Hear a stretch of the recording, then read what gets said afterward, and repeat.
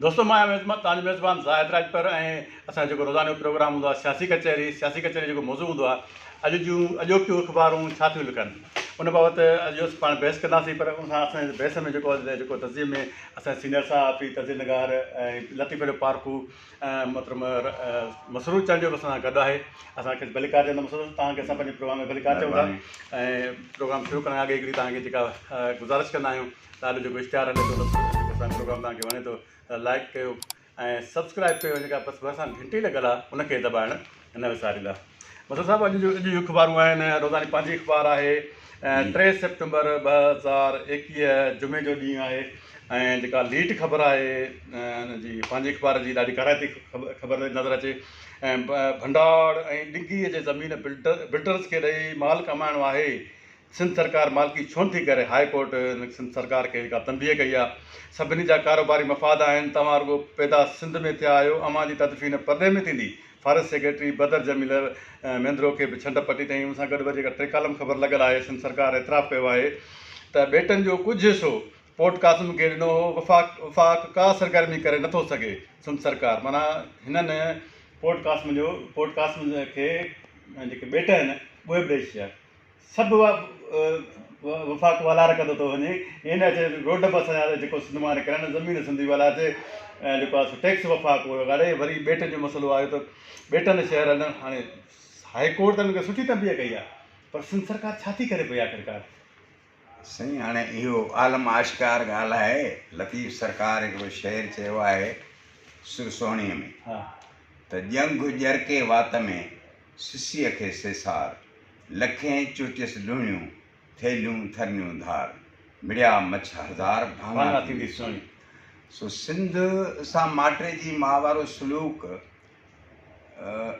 जा खोड़ सारा सबब आहिनि पर उन खां वॾे में सभ खां वॾो जेको सबबु आहे सिंध सां माटे जी मां वारो सलूक छो कयो थो वञे या हर मेरी अखि सिंध ॾांहुं जेका ॾिसे थी उन जो वॾे में वॾो जेको आहे सो सबबु आहे इन जा मादनी वसीला उन जा ज़रिया ऐं पोइ उहो पोर्ट कासिम जी सूरत में हुजनि या जेको आहे वेठनि जी सूरत में हुजनि कोयले जी सूरत में हुजनि या ॿियनि मादनी तेल गैस जी सूरत में हुजनि त इहो उनजे करे सॼी दुनिया ऐं ईअं ई असांजा जेके ॿाहिरि मफ़ाक़ जे नाले में असांखे खाईंदा मारींदा रहिया आहिनि उन्हनि जी कोर्ट सॻोरी जे करे इहा एॾी त सिंध हुकूमत खे त मालिकी करणु खपे। मालिकी करणु खपे। सिंध माण्हुनि खे वोट ॾिए थो त तव्हां असांजा मुहाफ़िज़ बणिजो। हा सिंध खपाइण में जेको आहे शामिल आहिनि उहे हाणे मालिकी कीअं कंदा?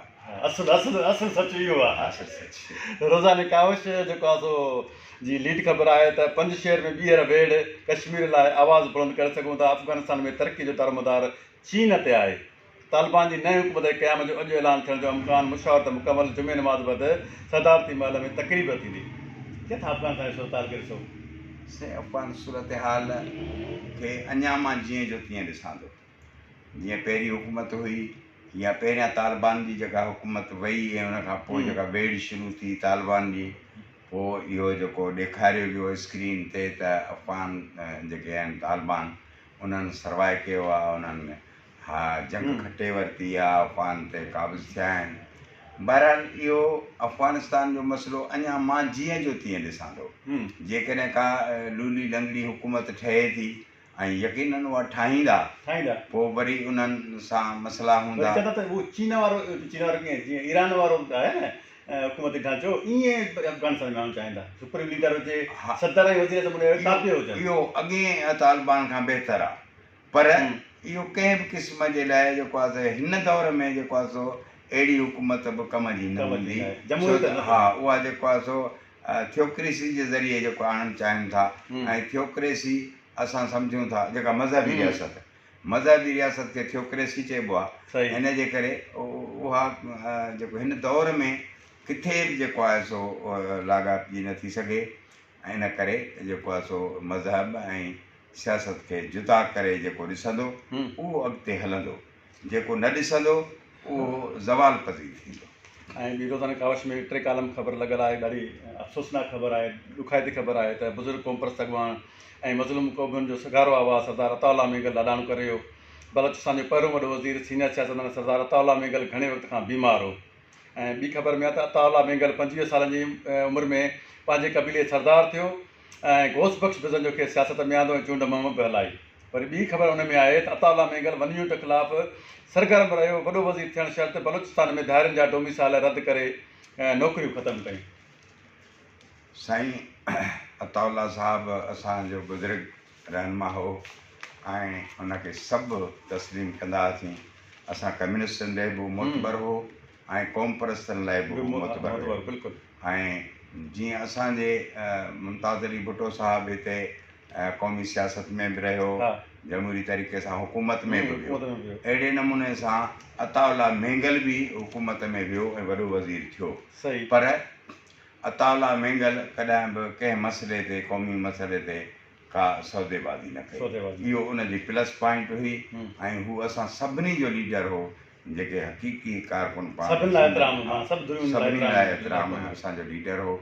असांखे हुनजो अफ़सोस थियो आहे ऐं असां ख़राज तहसीन पेश कयूं था। मां सुरुख सलाम पेश कयां थो पंहिंजे तरफ़ां, पंहिंजे सिंधी माण्हुनि जे तरफ़ां अताउल्ला में। रोज़ानी सोभ आहे, रोज़ानी सोभ जेको आहे सो लीड ख़बर आहे तालिबान खे ॾिनी आहे। सुपर लीड जेका वफ़ाक़ी हुकूमत जी आहे, जंहिंमें मुफ़ाहिमत लाइ तयारु आहियूं, पर क़ौमी हुकूमत नून लीग जो ख़्वाबु आहे। मुखालिफ़त सां ॻाल्हियुनि लाइ दरवाज़ा खुलियल आहिनि। वफ़ाक़ी हुकूमत को बि अमरीकी फ़ौजी पाकिस्तान में न आहे ऐं जेकी बि आया हुआ उहे वापसि हलिया विया। चमन बॉर्डर कुझु वक़्त लाइ बंदि करे सघूं था। शहबाज़ शरीफ़ न त क़ौमी हुकूमत ठहे, हे था चवनि क़ौमी हुकूमत नून लीग जो ख़्वाबु। हुनजी वरी हिकिड़े हिसे जेको आहे मरियम नवाज़ जेको आहे हुनजी तरदीद कई त नवाज़ शरीफ़ जेको आहे जेको आहे सो असांजे शहबाज़ शरीफ़ साहिबु जेको आहे क़ौमी हुकूमत जी ॻाल्हि कान कई आहे ऐं इहो पाण मुरादो कनि हुकुमरान कनि था पिया। हाणे क़ौमी हुकूमत जी जेका राय जेकॾहिं अगरि कंहिं ॾिनी बि आहे या हुकूमत चाहे थी त क़ौमी हुकूमत चइबो आहे कचूंबर जीअं थींदो आहे न, भई हिकिड़ो सभिनी जो गॾे ऐं उनजो कोई फ़ाइदो न थींदो, छो त को बि नज़रियो न हूंदो हिकु न हिकु, भले हिकिड़े माण्हू खे हुकूमत ॾियो पर उन घटि में घटि पंहिंजो दिमाग़ त हलंदो न। सही। पर हे त माना उन खां बि वधीक वाहियात हुकूमत ठहंदी जेकॾहिं क़ौमी हुकूमत ठहे थी। असां उनजे हक़ में क़तरु न आहियूं।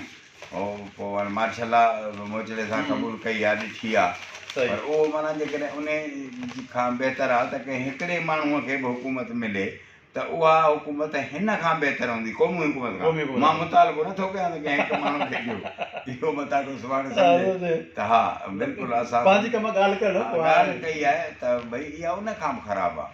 सो जिते शख़्सी फ़ैसिला थींदा हुजनि, असां वटि जमहूरियत में थिए थो मतिलबु पीपल्स पार्टी केॾी वॾी पार्टी हुजे पर फ़ैसिला इहा त आसिफ़ साहिब खे करिणा आहिनि या जेको आहे बिलावल साहिब खे करिणा आहिनि। होॾे केॾी वॾी पार्टी बहरहाल ईअं चइजो चइबो भला या हू करे या हू करे। मां इहो न चयो त हुनखे करणु खपनि या हुनखे करणु खपनि। मिसाल ॾिनो शख़्सियतूं जेके आहिनि ईअं ई असां वटि क़ौम परस्त पार्टियुनि में बि आहे, जंहिंजे करे कंहिं क़ौम परस्त पार्टी में शामिलु न आहियूं ऐं उहे बि ईअं कनि था त माना हिकिड़ो मरे त वरी ॿियो जेको आहे हुन ते चढ़े संदल ते, इहो ग़लति आहे। रोज़ानी जीजल जी जेका लीड ख़बर आहे उहा अताउल्ला जे हवाले आहे। बलूचिस्तान में बाग़ी क़ौम परस्त अॻवान सरदार अताउल्ला मेंगल हमेशह लाइ मोकिलाए वियो ऐं ॿी वरी सिंध हाई कोर्ट जी जेका बिटन वारी आहे। पर जेका हेठि चऊं था पाण टे कालम ख़बर आहे त जोईअ जे शाखुनि में पाणी न पहुतो, आबादगारनि जो सारियुनि जो सुकल बेजारो खणी एहतिजाज। हा, मूंखे यादि आहे त ग़ुलाम मुस्तफ़ा जतोई कुझु वक़्त जे लाइ रोज़ो रखियो। मां न ॻाल्हाईंदुसि सियासत ते, हा न ॻाल्हाईंदुसि। मां तॾहिं कंहिं अख़बार जो ब्यूरो चीफ हुउसि ऐं मां सीड़जी वियुसि त मां हिन खां ख़बर ज़रूरु वठंदुसि।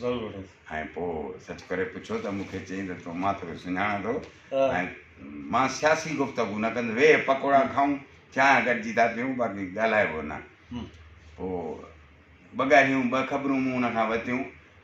हिकिड़ो त चयोमांसि त साईं भला सिंधी माण्हुनि लाइ को दुआ त जा ॿ लफ़्ज़ चओ सिंधी माण्हुनि लाइ, अलाह करे ख़ुशि हो मन ऐं भिराए न अपने न, ईअं सराइकी में चई मूंखे जवाबु ॾिनई त अदा वधीक जेको आहे सो मां बाक़ी ज़िंदगी कोशिशि कंदुसि त मां पंहिंजे भाइरनि सां गॾु गुज़ारियां, सिंधी माण्हुनि सां मुंहिंजो ख़बर वॾी थी वई।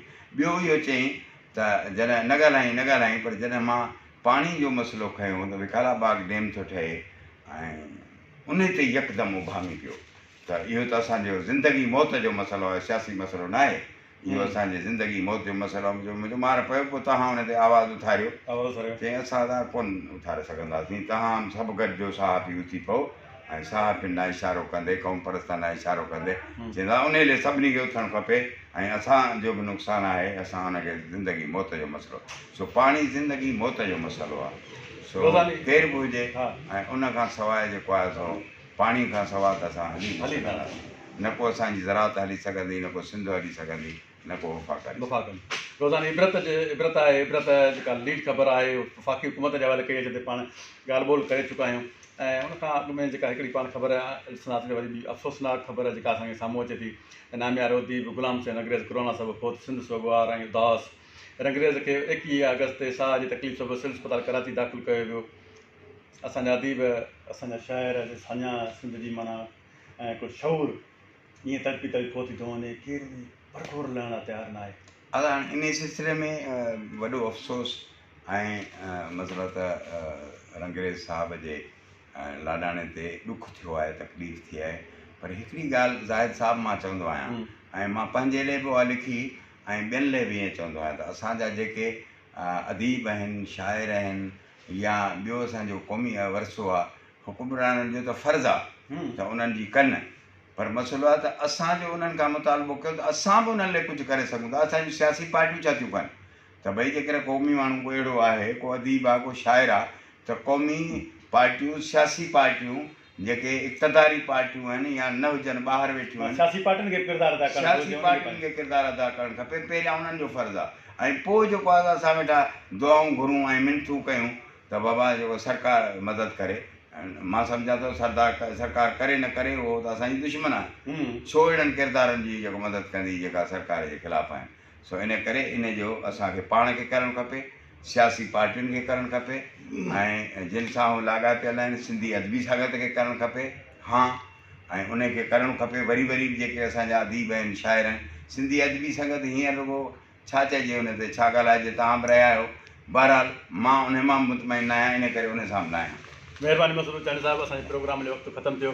असां सिंध जी सूरत हाल खां वठी, सिंध जे ॿेटनि जे वसीलनि जी सूरत हाल खां वठी ऐं जेको आहे अफ़गानिस्तान जी सूरत हाल बाबति तव्हांखे जे अॼोकी जेका सूरत हाल आहे उनखे सरसरी तौरु आगाह कयो। मसरूर चांडी साहिबु हुन ते तजुर्बो पेश कयो ऐं सुभाणे ताईं ॿिए प्रोग्राम ताईं पंहिंजे मेज़बान ज़ाहिद राजपर खे इजाज़त।